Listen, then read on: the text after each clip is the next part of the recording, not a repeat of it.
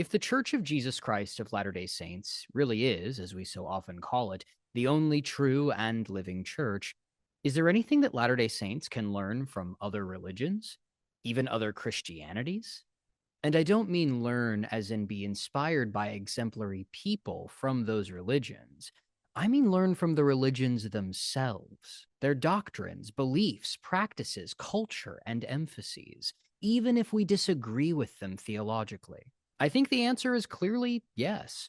Most of the hymns in our hymn book are from other Christian branches, especially the Methodists. Joseph Smith was deeply influenced by the Masons and incorporated their imagery into Latter-day Saint temple rituals. And Brigham Young sent architects for the Salt Lake City Temple to Europe to study Catholic architecture for months. Latter-day Saint church governance is also deeply patterned after Anglican and Presbyterian ecclesiarchies.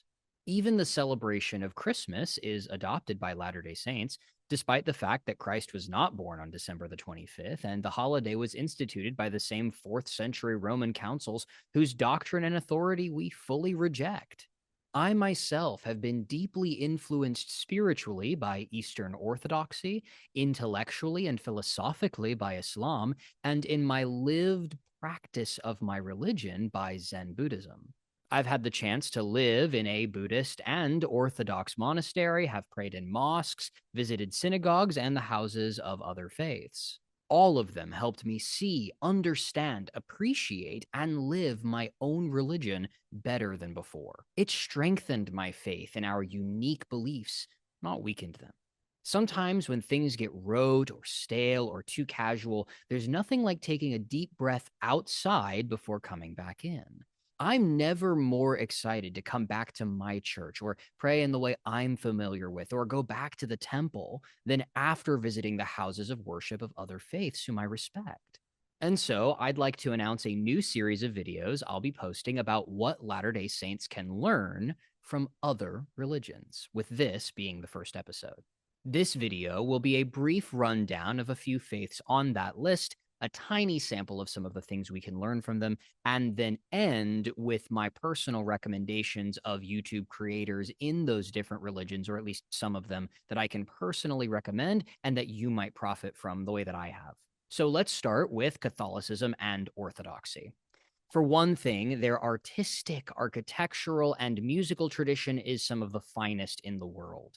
Unfortunately, I think the architectural tradition of the Latter-day Saints, which was once truly unique and beautiful, informed by some of the great European traditions, has utterly been lost in our churches and to a lesser extent even in our temples, though those tend to reflect the architectural traditions of the areas that they surround. So that does make it a little different. But still, the architecture and even visual art that we have in the church right now is, frankly, as I've alluded to on this channel previously, very corporate. And I think that there's a lot that we can learn, or rather relearn, from Catholicism and Orthodoxy about how to return to rich, symbolically meaningful religious art and architecture and still be able to avoid being grossly opulent or extravagant. Fortunately, people like Library of Godwin might be changing this. So if you're not familiar with his work, you should absolutely go check it out. In my opinion, he's the most important Latter-day Saint artist of the last 25 years. I also think it's an utter shame that the completely gorgeous tradition of Byzantine and Gregorian chant, which is in the Catholic and Orthodox churches respectively, hasn't made its way into Latter-day Saint music in some respect. So, full invitation. If you're a Latter-day Saint composer and you're interested in creating some Latter-day Saint chant music, please reach out. I actually have already a fair amount of things written which could be used for such a project, and I'm very interested in collaborating. But on a doctrinal front, I think we can learn to take the ordinance of the sacrament a lot more seriously from how Catholics take the Eucharist, even if we don't have to believe in the doctrine of transubstantiation like they do. Frankly, I think we can learn a lot about how to appreciate and live through the ritual practices of our own ordinances based on how Catholicism treats the sacraments of their church. And Eastern Orthodoxy has more to teach about the interior life of the saint than anyone else because they have such a deep focus on sanctifying the heart and the mind, having an eye single to God's glory, and increasing our intimate communion and harmonization with the Spirit. Moving into Protestantism, I think there's a lot we can learn from the historic Black churches of the American South. Having grown up in the South myself, I can tell you that the faith of that community is some of the most humble and pure and resistant to suffering in the world. Though many of their hymns are deeply moving, I think the way we can learn from them most is by examining how they responded to sorrow and persecution. Coming out of the period of American slavery and the horrendous abuses suffered there for centuries, they know better than anyone else that the gospel of Jesus Christ is the only thing that brings true freedom. Pentecostals and charismatics can teach us a lot about raw faith and gifts of the Spirit. Sometimes in the church, at least in the West, we can get a little uncomfortable when people start mentioning miracles, seeing angels, speaking with tongues, and other such occurrences. And while it is true that sacred experiences should be kept sacred, it's also true that sometimes it is appropriate to share those experiences. I remember once I was teaching a Pentecostal young man with a set of missionaries who told me a story about how he injured his foot and for several years was bound by it until one day he looked at his foot and, in his words, said he could see the devil in it, put his hands on his own foot, commanded the devil to leave his foot in the name of Jesus Christ, and began walking and has never had any problems with his foot since. Now, taking his story at face value, can we imagine as Latter day Saints what we could do in our church if we all had that kind of faith? If nothing else, we might be able to have the missionary success that Pentecostals have in other countries in the world. Moving into Judaism, it can primarily teach us about two things, in my view. One is how the early Israelites worshiped and understood God. When studied, you'll find some very striking similarities between ancient Israelite cosmology and how we understand God to be as well. Also, you'll find a lot about what the earliest Christians believed by studying the Jews of Jesus's time period. The other thing that Judaism can teach us a lot about is the temple. Given that it was the center of religious life for them, as it is for us, there's so much rich symbolism in their temple ordinances that help us understand our own in the Restoration Age. Moving on to Islam, I don't want to say too much because this will be the most extensive of the videos in this series, but I will say that there is almost nothing we have in common with Jews that we don't also have in common with Muslims. And there's a lot we have in common with Muslims that we don't have in common with Jews. Again, I'll save my full comments for the later video, but many early and modern LDS leaders have been very warm towards Islam, sometimes shockingly so, and I would frankly recommend reading the Quran at some point in your life, if nothing else for literary value or just to understand your neighbors. My favorite English translation, far and away, is the Wahiduddin Khan translation. And if you don't want to read the entire Quran and just want to taste, I would recommend reading surahs 55, 56, and 57. Those are some of my personal favorites, and I think give a great flavor of the text as a whole. Buddhism, and here I am referring specifically to Zen Buddhism. Spending time with Zen monks was one of the greatest things that ever happened to my Christianity because Zen is a lived religion. There's a Zen way to brush your teeth, do the dishes, take a shower, talk to your friend, drive your car, put your clothes away. And what it helped me see was that I wasn't living my religion anywhere near enough in the practical aspects of my life. Is there a Christian way to do my dishes, brush my teeth, drive my car, put my clothes away? Surely there is. And it makes me think of the scene just after Jesus is resurrected, where he takes time to fold the napkin that was placed over his face and then put it in a special place by itself.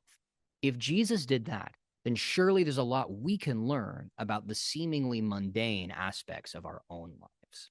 Also, I think the practices of meditation that are advocated by Zen Buddhism are extremely applicable and helpful to anyone, though Christianities, or at least certain Christianities, have been very suspicious or even hostile to such forms of meditation. The Church of Jesus Christ of Latter-day Saints does not seem to be one of them.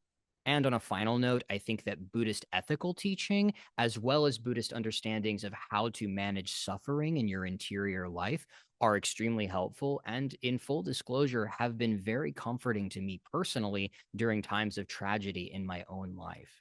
Taoism. Latter-day Saints will be very familiar with the idea of eternal law, that even God himself is bound by certain principles and precepts and organizational patterns in the physical and spiritual world, whether this is the laws of logical non-contradiction or the laws of justice and mercy or the conservation of matter. Harmonizing oneself with the eternal intrinsic laws of the universe in order to achieve a transcendent state is what Taoism is all about, among other things. In truth, I think the Tao Te Ching, which is the foundational text of Taoism, is one of the greatest religious documents to ever be written. It's extremely short and endlessly deep.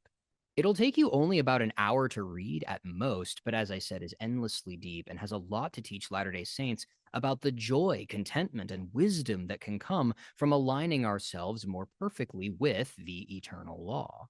Though I will say that a lot of English translations of the Tao Te Ching are frankly really bad. So what I would recommend you do is use what I call the Wayne Dyer translation. It's not really a translation, but there is an audiobook version of Wayne Dyer reading it, which you can find online for free by just typing Wayne Dyer Tao Te Ching audiobook or some variation of that.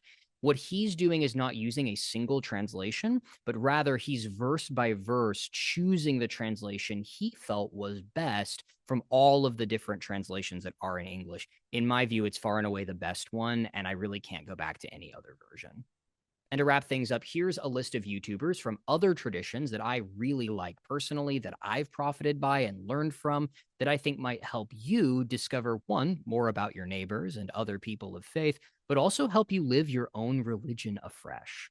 From a Protestant perspective, Gavin Ortland, who is a historic Baptist, is, in my view, unquestionably the best Protestant voice on the internet, bar none. His work is exceptional, historically grounded, thoughtful, thorough, and supremely sincere and charitable. His dives into church history are fascinating, and we can profit from many of the arguments he raises, whether it's rejecting infant baptism, icon veneration, Marian dogmas, or accepting different views of Adam and Eve, the flood, or even just the continuation of spiritual gifts and miracles. On an Eastern Orthodox side, Father Spiridon is deeply profound. As I said, I myself am deeply influenced spiritually by Eastern Orthodoxy, and Father Spiridon's reverence, reflection, and interior focus have been a source of strength, enlightenment, and grace to me personally. I think his insights on the inner life of the Christian and their relationship to Christ, the Father, and the Spirit are as moving as they are challenging and comforting all at once. In a Catholic lens, the now extremely famous Bishop Robert Barron remains one of the premier Catholic creators and speakers online. His weekly Sunday sermons are scripturally founded and personally approachable, almost conversational. They're a very digestible length and usually have great scholastic rigor and technical insight. He's excellent at highlighting patterns, motifs, connecting the Old and New Testaments together, and defining how personal worship can be more excellently practiced. And if you're interested in learning more from Judaism and especially Islam, even in just a secular sense, then I can't recommend Philip Holm of Let's Talk Religion highly enough. And he also covers Christian topics as well. I really can't speak highly enough of his content, academic clarity, and impartiality in his presentation. And if you're really interested in collegiate level theology and history of religion, then nobody does it better than Dr. Justin Sledge at Esoterica. I hope all of this inspires you to take a look outside your faith and then take a much better look back inside it. So, with all of that, brothers and sisters, thank you for listening, and I will see you next time on Preach and Ponder.